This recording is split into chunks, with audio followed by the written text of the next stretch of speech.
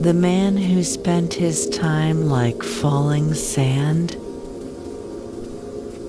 Once, in a quiet town where clocks ticked louder than footsteps and sunsets were often ignored, there lived a man named Eldrin.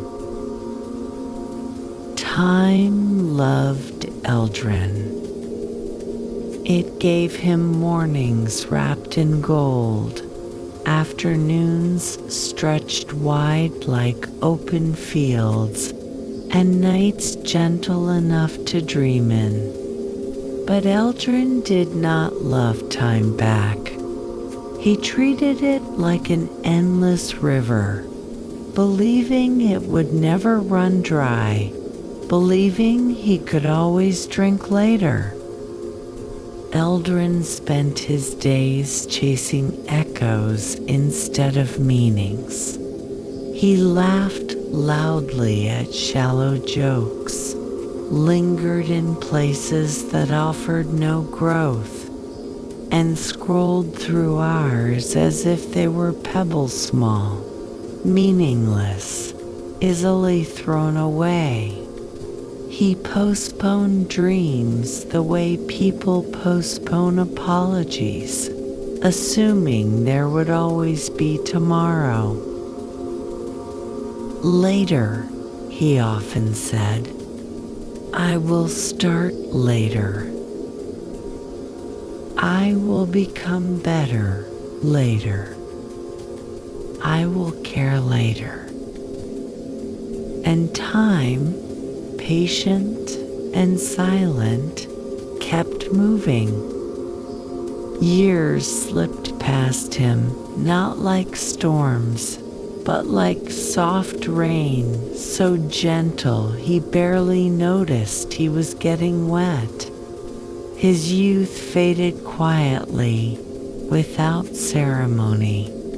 The mirror learned his face better than he did, memorizing lines he never asked about. One evening, as the sky burned red with a sunset he almost missed, Eldrin sat alone in his small room.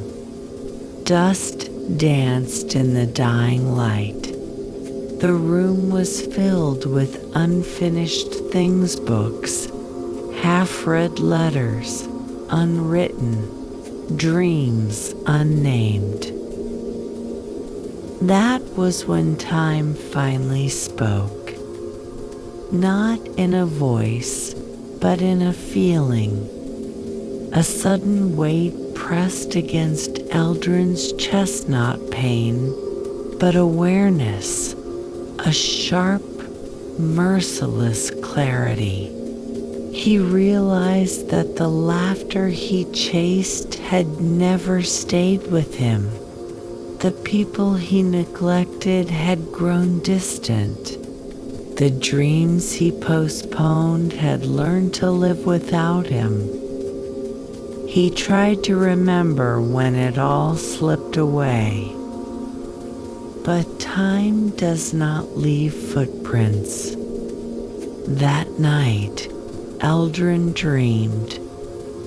He stood in a vast desert made of sand, and each grain shimmered faintly.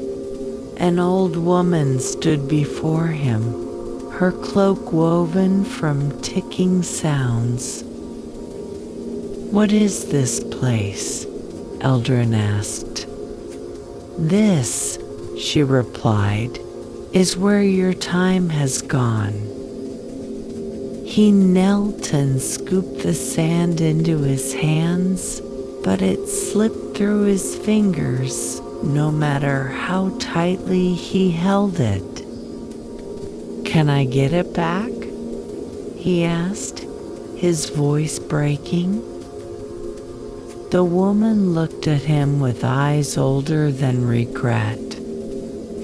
"No," she said softly, "but you can decide what to do with what remains." He woke up crying. For the first time in his life, Eldrin did not reach for distraction. He sat with his sorrow. He let it speak. He let it hurt. And in that pain, something fragile but powerful was born: responsibility. The next morning, he rose before the sun. It felt unfamiliar, like meeting himself for the first time. He cleaned his room slowly, deliberately, as if each movement was an apology to the past. He finished one book. He wrote one letter. He spoke one honest truth to himself. Days passed, then weeks. Eldrin began to treat time not as something to kill, but something to honor. He learned that meaning is built quietly, in repetition, in discipline, in choosing what matters even when no one is watching. He sought forgiveness not to erase his past, but to stand honestly before it.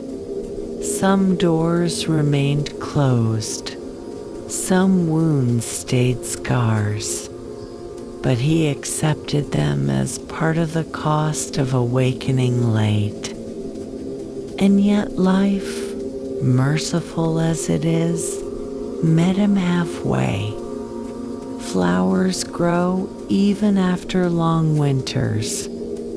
Years later, Eldrin was no longer afraid of mirrors. His face bore the marks of effort, not regret.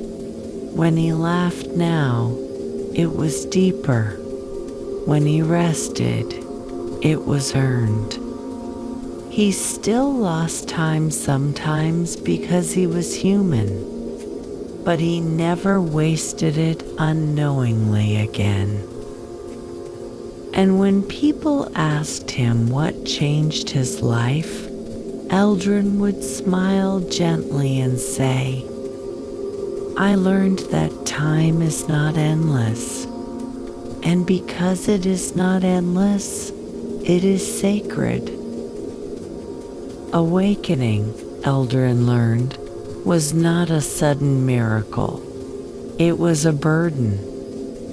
Once his eyes were opened, he could no longer live lightly. Every wasted minute now felt loud. Every idle choice echoed. Where ignorance had once softened his days, awareness sharpened them. He began to notice things he had never seen before.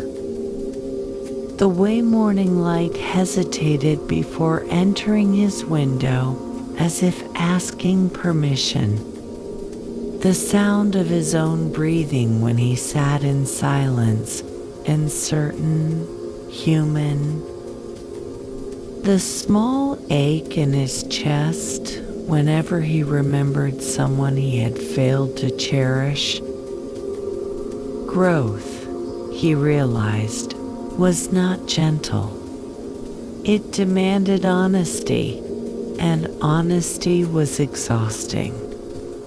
There were days Eldrin longed for his old self, the careless man who laughed without depth, who drifted without consequence. That man had slept easily. This new one lay awake at night, counting not sheep, but intentions. What if it is too late? He sometimes whispered into the dark. Time did not answer. Instead, life responded. Opportunities came quietly, disguised as ordinary moments. a chance to help someone without recognition, a task that required patience instead of talent, a conversation that asked him to listen rather than speak. At first, Eldrin failed often. He promised consistency and broke it. He planned discipline and chose comfort. He fell back into old habits, like a traveler who keeps mistaking shadows for roads. Each failure hurt more than the last, but something had changed. This time, he returned. He learned that redemption was not a straight path, but a spiral circling the same weaknesses, each time with slightly more wisdom. Each return to effort carved depth into his character. One afternoon, while repairing a broken fence for an elderly neighbor, Eldrin felt something unfamiliar settle within him. Peace, not joy, not pride. Peace, the quiet satisfaction of usefulness. His hands ached, his back protested, yet his heart felt light in a way it never had during his idle years. He understood then that meaning often wore the clothes of effort. That evening, he wrote in a small notebook he had begun carrying everywhere. Time does not ask to be filled with pleasure. It asks to be filled with purpose, days layered into months. Eldrin built routines like one builds a home slowly, deliberately, knowing each week's structure would someday collapse. He guarded his mornings fiercely, giving them to study and reflection. He treated his evenings with respect, allowing rest without escape. He began to forgive himself not chiefly, but truthfully. He stopped trying to erase the past. Instead, he carried it like a map marked with warnings. Asterisk, do not linger here. Do not sleep here. You have been lost before. Asterisk.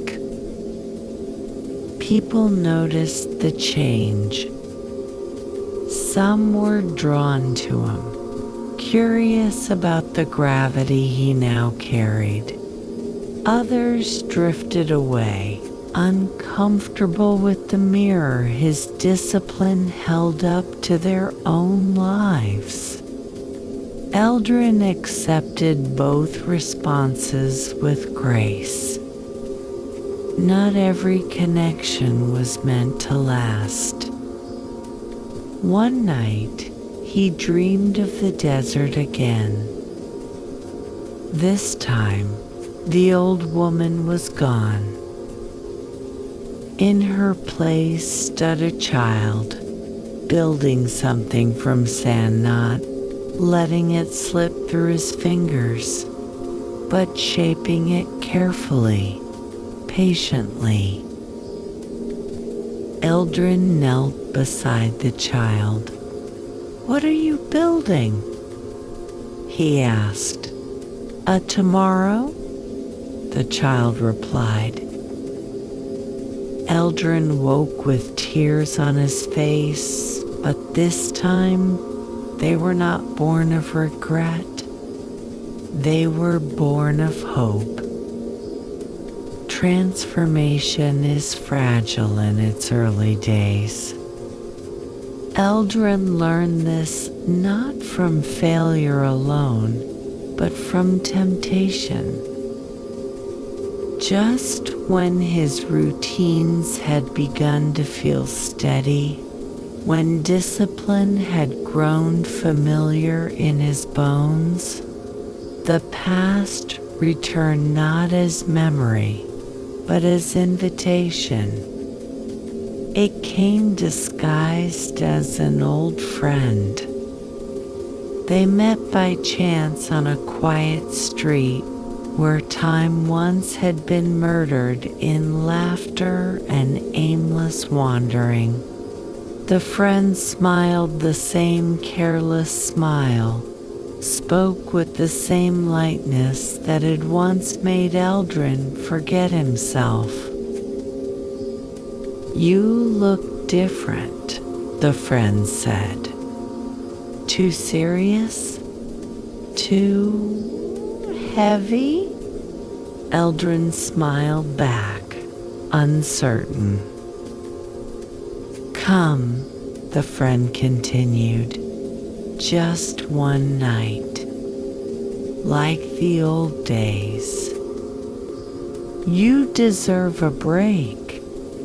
And there it was, not evil, not obvious, just a small opening in the wall Eldrin had worked so hard to build.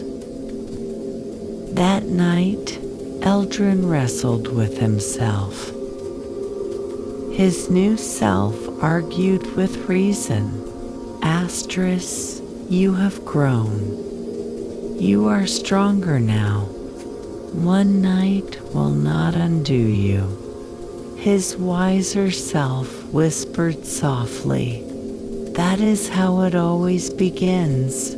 Asterisk. Sleep did not come easily. He remembered the desert, the sand, the child building tomorrow grain by grain. In the end, Eldrin went, not because he wanted to fall, but because he wanted to prove he could stand near the edge without slipping. The night was loud, familiar, comforting in a dangerous way. Hours dissolved without meaning. Laughter came easily again, but it was thin, hollow, like a song remembered incorrectly. When Eldrin returned home, the sun was rising. And so was regret. It did not scream. It did not accuse. It simply sat beside him in silence. The next days were harder than any before. His routines felt brittle. His focus cracked. The guilt of having tasted the past again weighed heavier than ignorance ever had. He had not fallen completely, but he had leaned. And leaning, he discovered, was exhausting. Maybe I am pretending, he thought. Maybe I am only acting disciplined. Maybe this is who I truly am. The old voice returned, sharp and familiar. Shame. For days, Eldrin drifted dangerously close to surrender. Not dramatic collapse, just quiet neglect. Late mornings, skipped pages, unfinished tasks. The most dangerous failures are the ones that feel reasonable. One evening, Eldrin stood before the mirror. He did not recognize the man staring back, not because he had changed, but because he was changing back. That frightened him more than the wasted years ever had. He sat on the floor and spoke aloud for the first time in weeks. "I am afraid," he said. The words trembled. "I am afraid that I will always be this way, that no matter how hard I try, I will return to the same emptiness."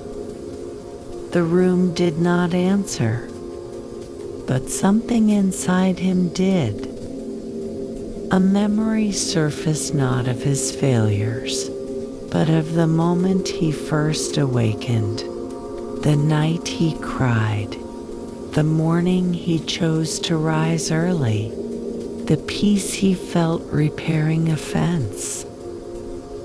Those moments had been real, and real things do not vanish simply because they are tested. Eldrin understood then. Growth was not proven by never falling, but by how quickly one returns to truth. The next morning, he began again, not with grand vows, not with anger at himself, with humility. He wrote in his notebook, "I fell not because I was weak, but because I forgot why I was walking. Today I remember." This time, when temptation came, he named it. When shame spoke, he answered it. When exhaustion whispered surrender, he chose rest without escape. Slowly, the fog lifted. Eldrin realized that the past would knock again and again, not to reclaim him, but to remind him what he had outgrown. And each time he chose the harder path, the voice of the old self grew quieter, not gone, but no longer in command. There comes a moment in every becoming when life stops asking who you are and begins asking what you will carry. For Eldrin, that moment arrived quietly, as all true moments do. It began with a knock on his door. On the other side stood a woman cloaked in fatigue, her eyes holding the kind of sorrow that no tears could still soften. She spoke his name as if it were a question, unsure whether he was still the man she once knew. Her name was Mara. They had grown up in the same town, under the same indifferent skies. Once, long ago, she had believed in Eldrin believed that he would become something more. When he drifted, she had waited. When he wasted himself, she had hoped. Eventually, she had stopped both. "My father is gone," she said simply. The words settled heavily between them. Her father had been the man Eldrin once worked for in his youth, the one who had offered him honest labor and quiet guidance. Eldrin had left that work carelessly, chasing ease instead of effort, never saying goodbye. Now, Mara stood alone with responsibilities she did not ask for. "I don't know why I came," she admitted. "I just didn't know who else to ask." Eldrin felt the old ache return, not the sharp pain of regret, but the dull weight of consequence. This was not a test of discipline or routine. This was a test of presence. He invited her in. Days turned into weeks. Eldrin helped where he could, repairing what had been neglected, organizing what had been left behind, listening when Mara needed silence more than advice. The work was heavy, uncelebrated, inconvenient, and it mattered. Through her grief, Eldrin saw a reflection of his past, negligence not only toward himself, but toward others. Time wasted had not been neutral. It had cost trust. It had left others carrying burdens alone. This truth did not crush him. It anchored him. One evening, as they sorted through old belongings, Eldrin found a small wooden clock, its hands frozen, its glass cracked. "It stopped years ago," Mara said. "Father kept meaning to fix it." Eldrin held the clock carefully. "May I try?" he asked. It took hours. His fingers were clumsy at first. Dust filled his lungs. Frustration whispered that the task was pointless, but he stayed. When the clock finally ticked again, the sound felt louder than thunder. Mara wept not because the clock worked, but because someone had stayed long enough to make it so. That night, Eldrin dreamed again. He stood in a field, this time not a desert. The sand had become soil. The child was there again, older now, planting seeds. "What happens if they don't grow?" Eldrin asked. The child smiled. "Then you learn how to plant better." Eldrin woke with understanding, settling deep in his bones. Redemption was not about fixing the past. It was about showing up for the present. When Mara eventually left, she thanked him quietly. "You didn't have to help," she said. Eldrin shook his head. "I did," he replied, "just not in the way I once thought." After that, others came. Not because Eldrin sought recognition, but because steadiness attracts need. A neighbor asked for guidance. A boy asked for help with his studies. A weary man asked simply to be heard. Each request took time. And this time, Eldrin gave it willingly.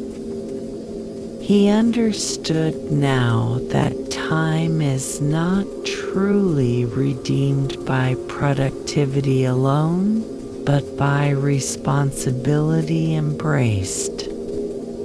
The man who once fled effort now carried it. And though his steps were slower, they were finally his own. No one speaks enough about the exhaustion of becoming good. Eldrin learned this slowly, through the dull ache in his bones and the heaviness behind his eyes. Responsibility, once embraced with resolve, began to press on him like an unrelenting tide.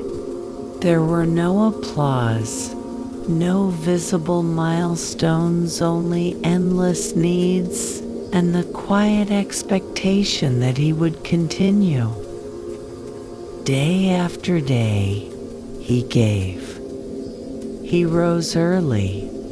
He listened deeply. He worked until his hands forgot comfort.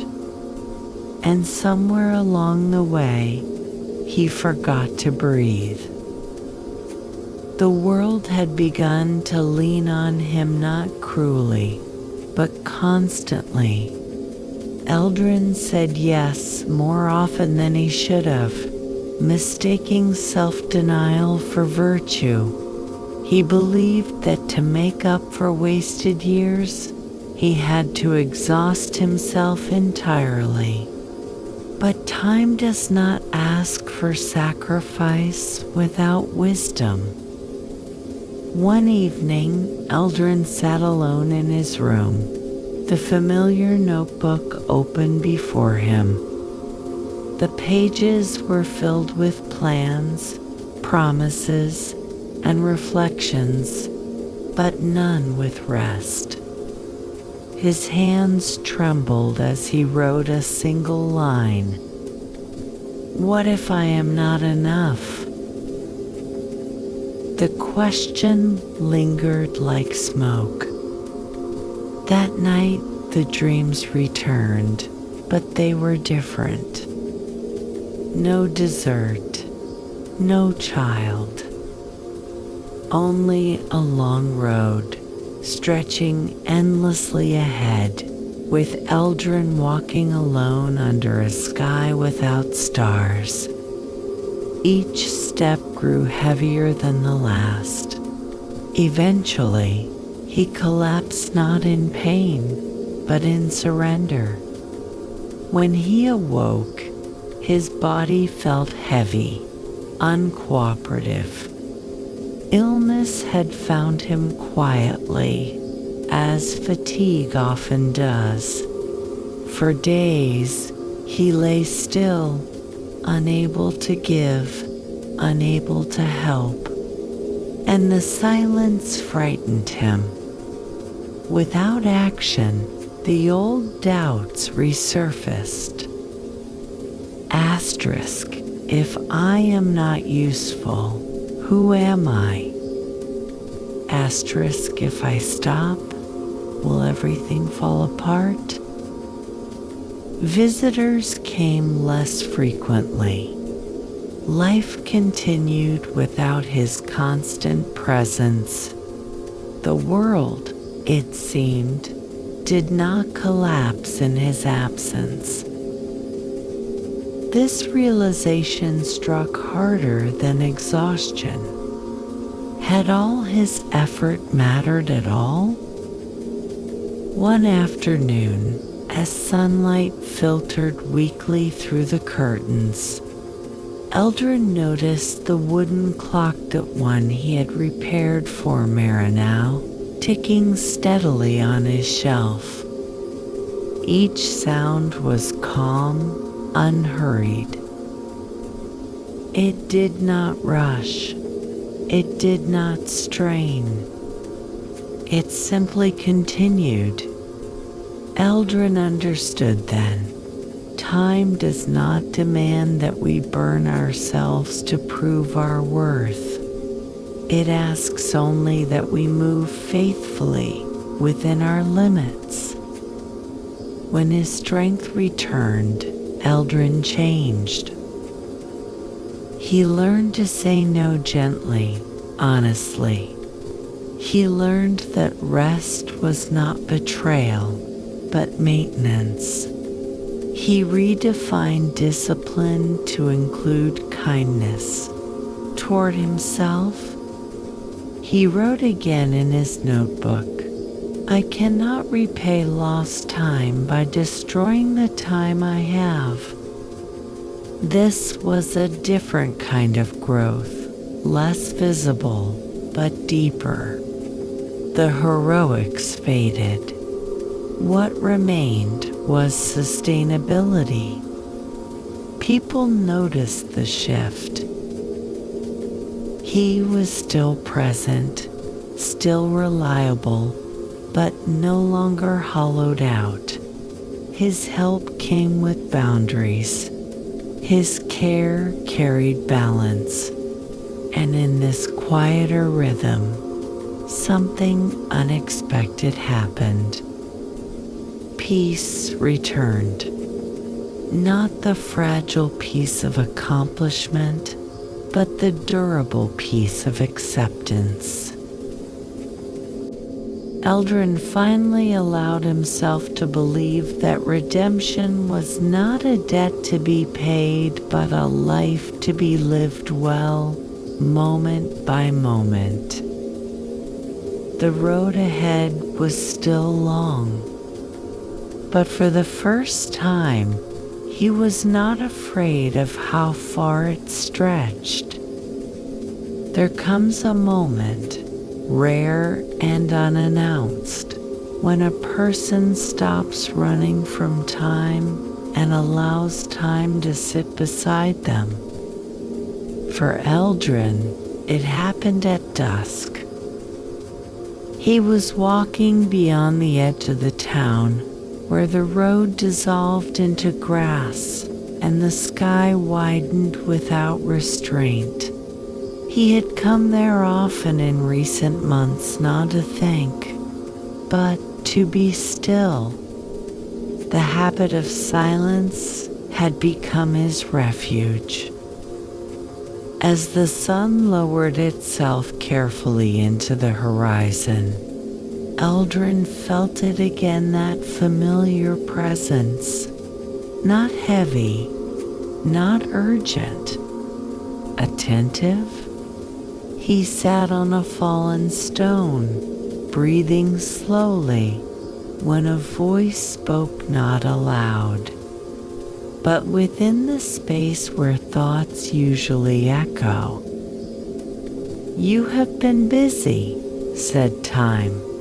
Eldrin did not turn. He did not ask who was speaking. He already knew. "Yes," he replied softly. "Too busy, sometimes."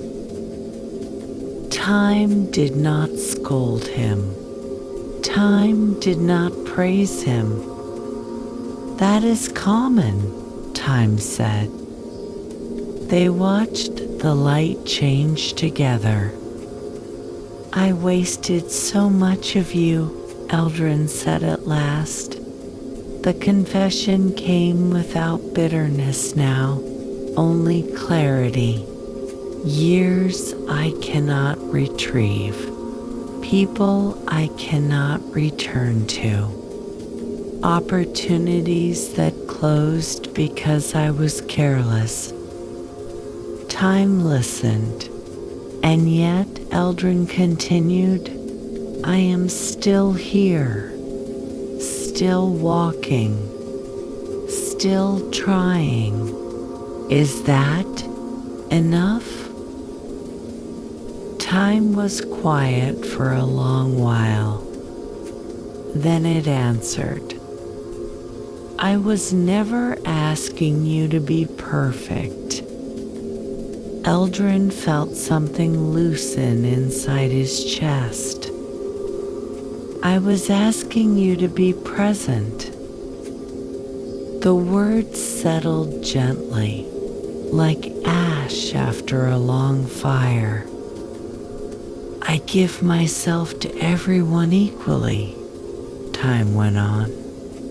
"I cannot favor those who hurry, nor punish those who delay. I simply move. What you do within me, that is where meaning lives. Eldrin swallowed.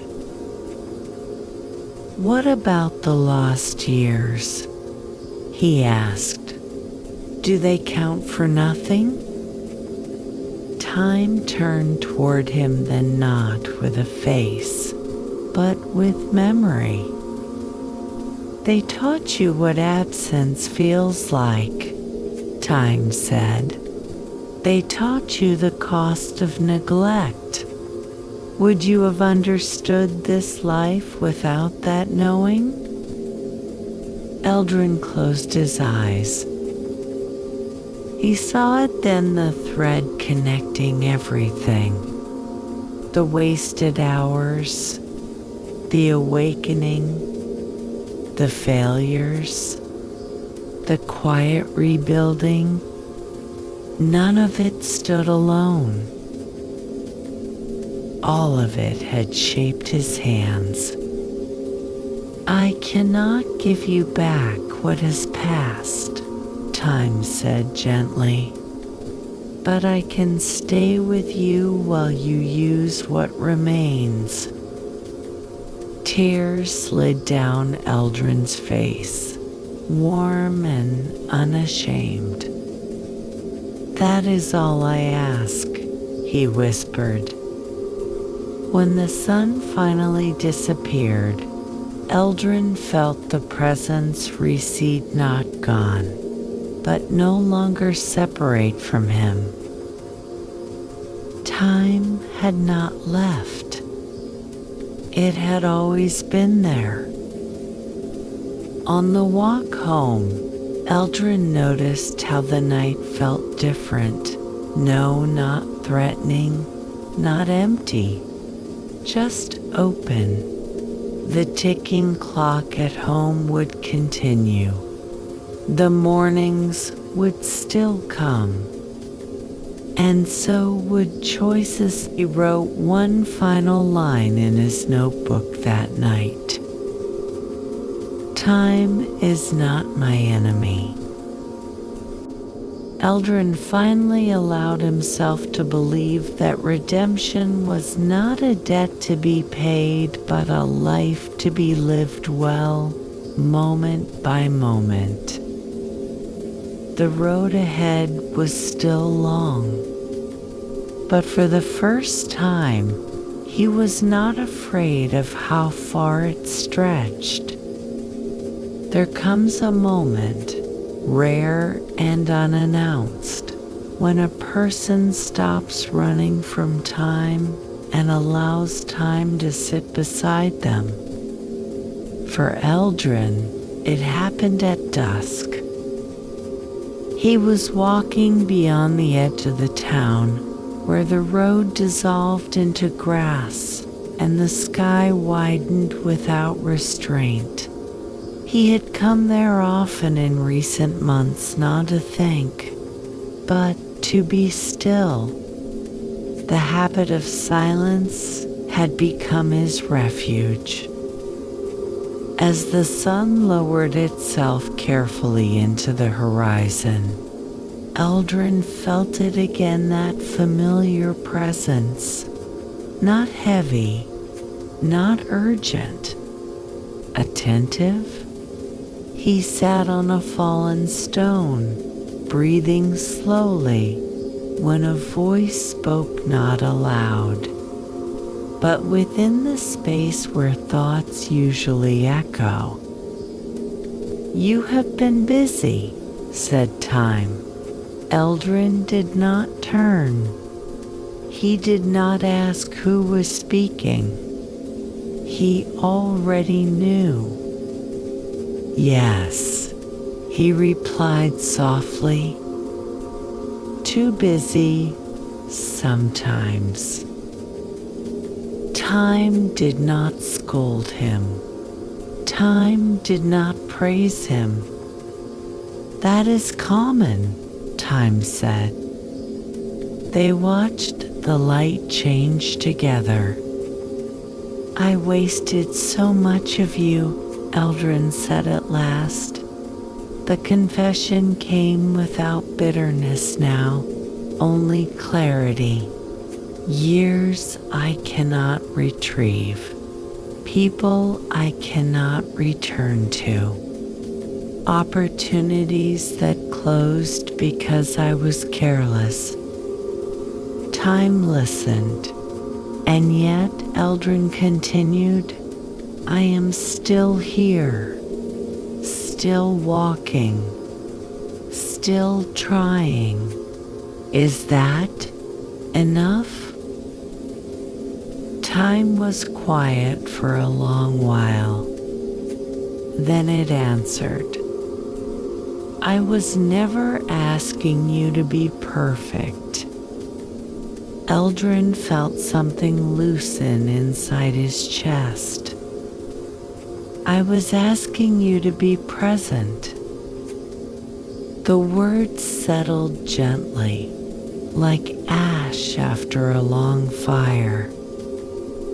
I give myself to everyone equally, Time went on. I cannot favor those who hurry, nor punish those who delay. I simply move. What you do within me, that is where meaning lives. Eldrin swallowed. What about the lost years? He asked. Do they count for nothing? Time turned toward him, then not with a face, but with memory. They taught you what absence feels like, Time said. They taught you the cost of neglect. Would you have understood this life without that knowing? Eldrin closed his eyes. He saw it then, the thread connecting everything. The wasted hours, the awakening, the failures, the quiet rebuilding. None of it stood alone. All of it had shaped his hands. I cannot give you back what has passed, Time said gently, but I can stay with you while you use what remains. Tears slid down Eldrin's face, warm and unashamed. That is all I ask, he whispered. When the sun finally disappeared, Eldrin felt the presence recede, not gone, but no longer separate from him. Time had not left. It had always been there. On the walk home, Eldrin noticed how the night felt different. No, not threatening, not empty, just open. The ticking clock at home would continue. The mornings would still come. And so would choices. He wrote one final line in his notebook that night. Time is not my enemy. It is my companion. From that day on, Eldrin no longer spoke of redemption. He lived it. Quietly, consistently, imperfectly. And that, Time agreed, was enough. Eldrin grew old the way trees do, slowly, quietly, without asking permission. His hair silvered, his steps shortened. His hands, once restless, learned the economy of movement. Time etched its presence into him not as an enemy, but as a signature of having lived. The town changed around him. buildings rose and fell. Names on doors were replaced. Faces he once knew became memories carried by others. Eldrin did not resist these changes. He had learned that nothing meaningful is preserved by force.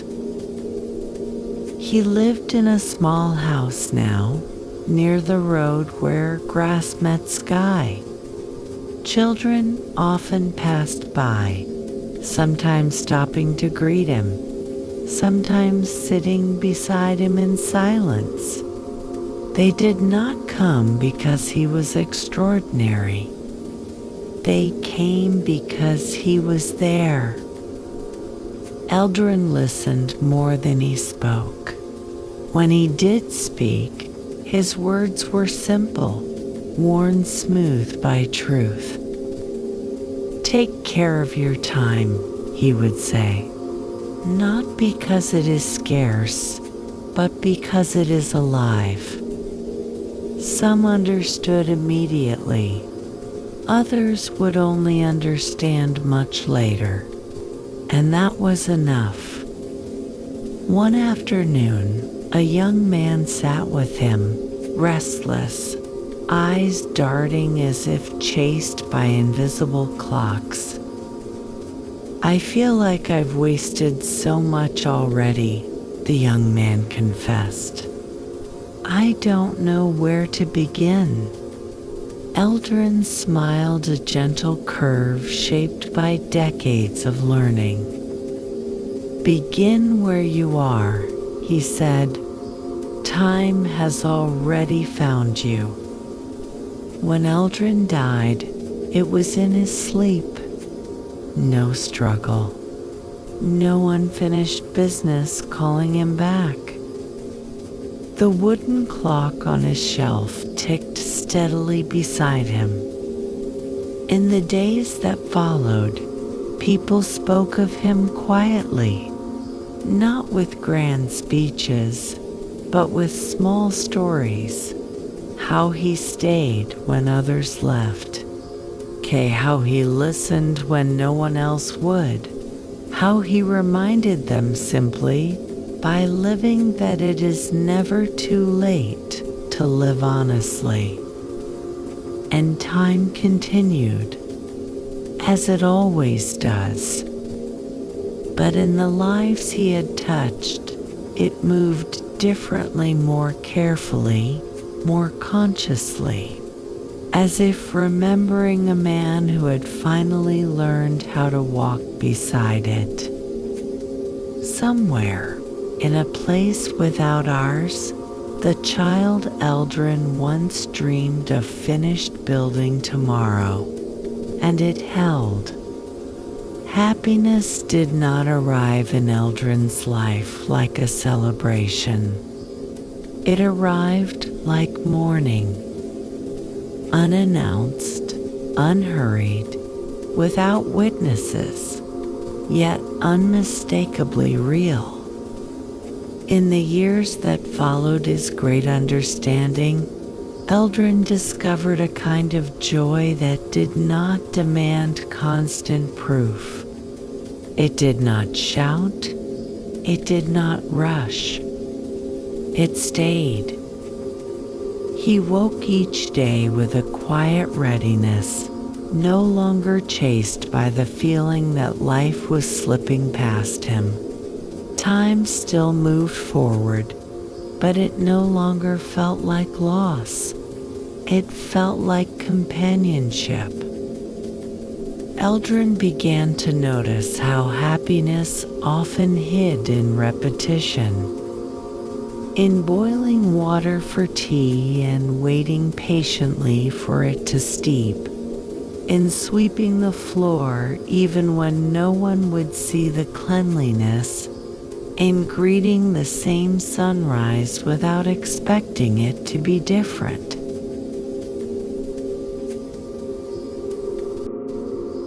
He learned that joy was not found in extraordinary moments alone, but in the absence of resistance to ordinary ones. There were people in his life now, not many, but enough. They gathered without agenda. They spoke without urgency. Sometimes they said nothing at all. Silence, once terrifying to Eldrin, had become a shared language. Children liked him most. They did not know his past, nor did they care. They only knew that he knelt when he spoke to them, that he listened as if their words mattered, that his laughter was real and unguarded. When they asked him why he always seemed calm, Eldrin would think for a moment before answering. "Because I am no longer late," he would say. And they would not understand, but they would feel it. Happiness, Eldrin learned, is contagious when it is genuine.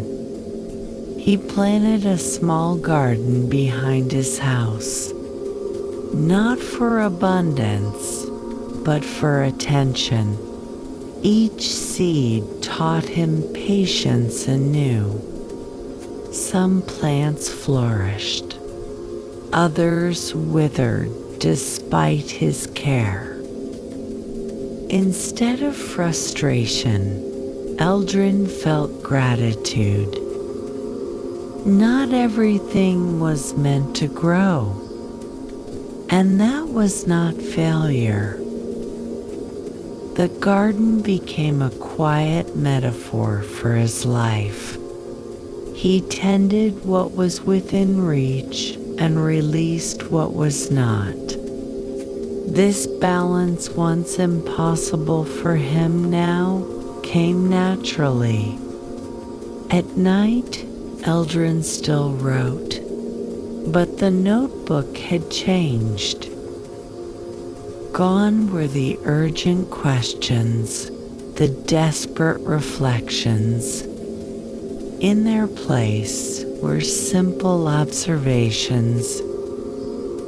Today, I laughed without guilt.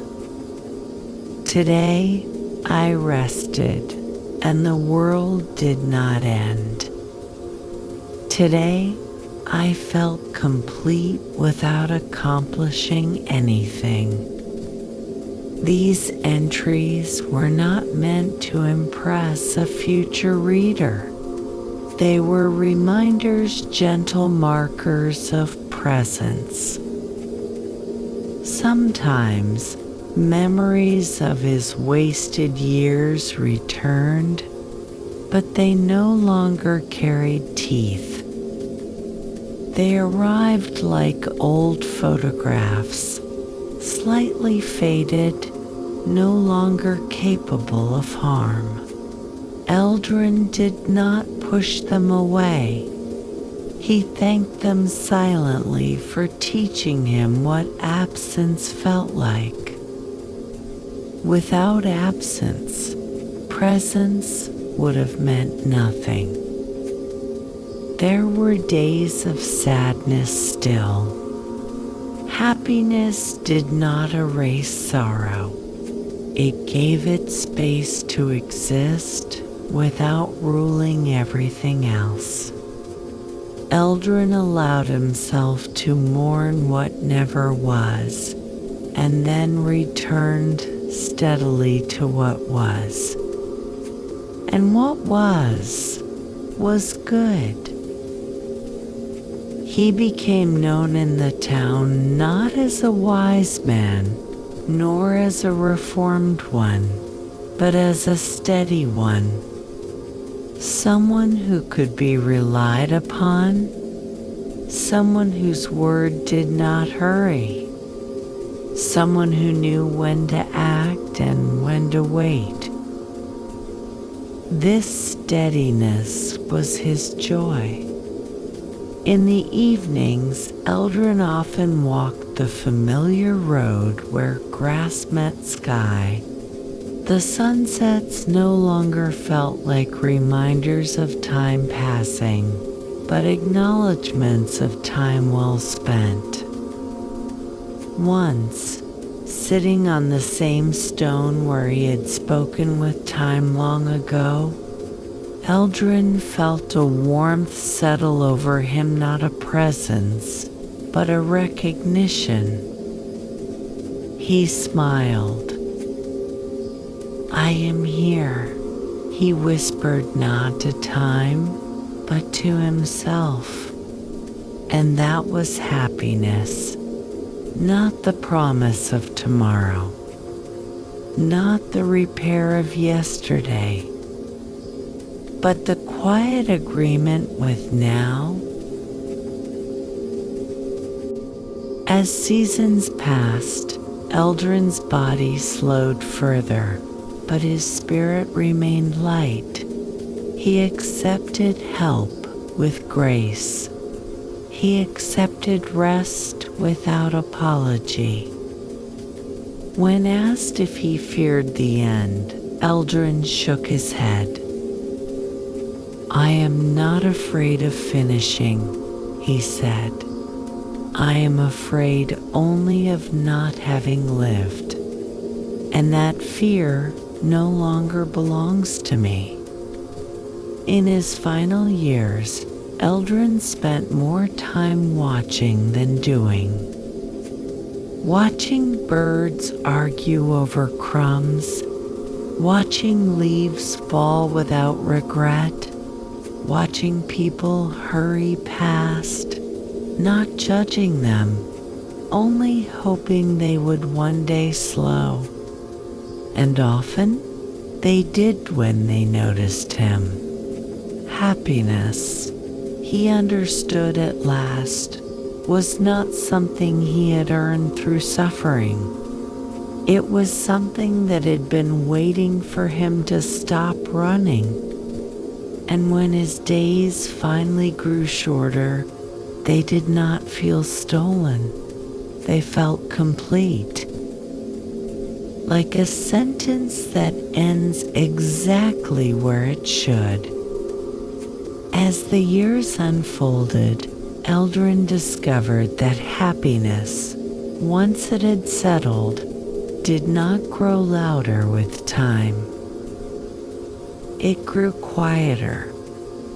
Mornings became his favorite hours, not because they were productive, but because they were honest. The world had not yet dressed itself in urgency. Birds spoke without agenda. Light arrived without demand. Eldrin would sit by the window, cup warm between his palms, and allow the day to come to him. This, he learned, was a form of trust. He no longer measured his days by what he achieved, but by how fully he inhabited them.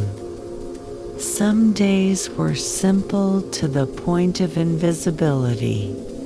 Others carried small surprises, a conversation that lingered longer than expected, a memory that softened instead of hurting, a laugh that escaped him without permission. Happiness often arrived disguised as enough. There were afternoons when children gathered near his garden, watching him tend to the soil with deliberate care. "Why do you do it so slowly?" one of them asked. Eldrin smiled, brushing dirt from his hands. "So the moment doesn't run away from me," he replied. They did not understand the words, but they understood the tone. They stayed longer. They grew quieter. In his presence, Time seemed to loosen its grip, and that, Eldrin realized, was how joy multiplies, not by instruction, but by atmosphere. He kept fewer possessions now. Objects had lost their power to promise happiness. What remained were things that carried memory. A worn chair shaped perfectly to his rest. The wooden clock still ticking faithfully. Notebooks filled with the handwriting of a man who had learned to speak gently to himself. Sometimes he reread old entries. He did not cringe. He felt tenderness toward the man who had once been lost, toward the man who had tried too hard, toward the man who had finally learned to stay. Happiness allowed him this kindness. On certain evenings, when the sky leaned toward gold and the air grew forgiving, Eldrin walked to the edge of town and watched people return home. He saw fatigue, hope, distraction, longing, all the familiar shapes of living. He did not judge them. He remembered. And in remembering, he felt gratitude for having been given the chance to change before it was too late to feel alive. There were moments rare but honest when sadness visited him without invitation. Names crossed his mind. Faces softened by distance appeared briefly in his thoughts. Eldrin did not resist these moments. He welcomed them like old letters read once more, then carefully returned to their envelopes. Happiness, he had learned, was not the absence of sorrow. It was the refusal to let sorrow become the whole story. As his body weakened, his days narrowed in shape but widened in meaning. He spent more time resting, watching shadows move across the floor, listening to the rhythm of the clock that had once symbolized repair. Each tick felt like affirmation.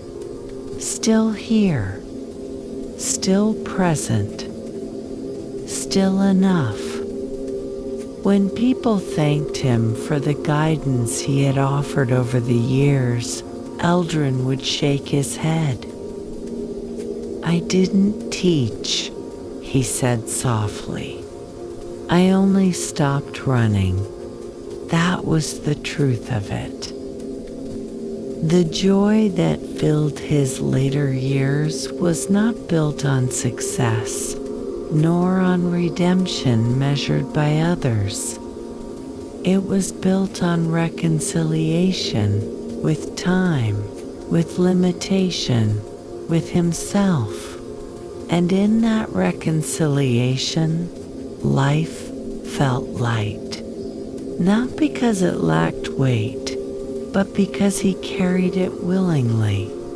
In his final season, Eldrin spent many afternoons asleep in his chair, sunlight warming his face.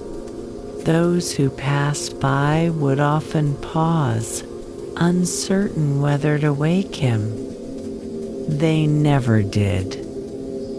He looked peaceful, like someone who had arrived exactly where he was meant to be. And perhaps that was the truest form of happiness.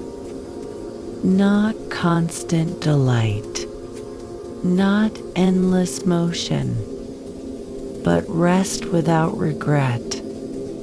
In the last chapter of Eldrin's life, happiness no longer felt like something he experienced.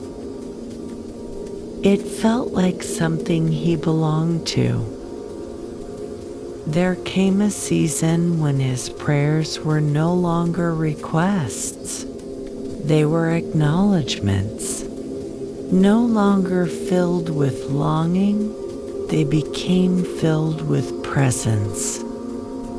Sometimes he spoke aloud. Sometimes only his breath prayed. And sometimes silence itself was enough. Eldrin had learned that faith did not arrive as certainty. It arrived as surrender, the quiet acceptance that not everything needed to be understood to be trusted. In his youth, he had feared wasting time. In his maturity, he feared wasting meaning. But in his final years, even that fear dissolved. What remained was reverence. He began each morning not by planning the day, but by receiving it. He would sit by the window, hands resting open on his knees, palms upward, not in need, but in willingness. If today is given, he would whisper, then let me be worthy of receiving it. He no longer measured his worth by how much he did, but by how honestly he stood before the unseen. Eldrin sensed more than believed that life was not a solitary journey, that every moment, even the quiet ones, unfolded beneath a gaze that did not rush, did not accuse, did not forget. A gaze that had been patient even when he was not. And this realization filled him not with fear, but with humility. One evening, while the sky softened into twilight, Eldrin felt an overwhelming clarity settle upon him. Not a vision, not a voice, a knowing that nothing he had lived was wasted. Not the years he lost to distraction, not the failures that bent him low, not even the long wandering that had once seemed meaningless. All of it had been held. All of it had led him here. He bowed his head not in shame, but in gratitude. "Thank you," he whispered, without specifying what for. Because he understood now, gratitude does not require explanation. As his body weakened, Eldrin felt no rebellion within himself. Pain came and went, fatigue deepened, but his spirit remained light, not because it expected reward, but because it trusted continuity beyond what eyes could see. He believed gently, without insistence, that life did not end. It returned to the source from which time itself flowed, returned like a river that had finally remembered the sea. In his final days, Eldrin spoke less. Words had done their work. Presence now carried what language could not. When someone asked him if he was afraid, Eldrin smiled faintly. "I am not afraid," he said.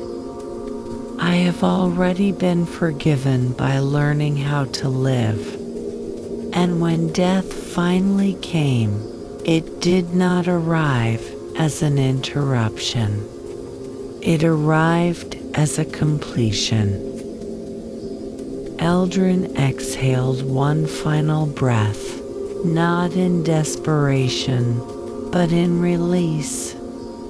And in that breath was trust.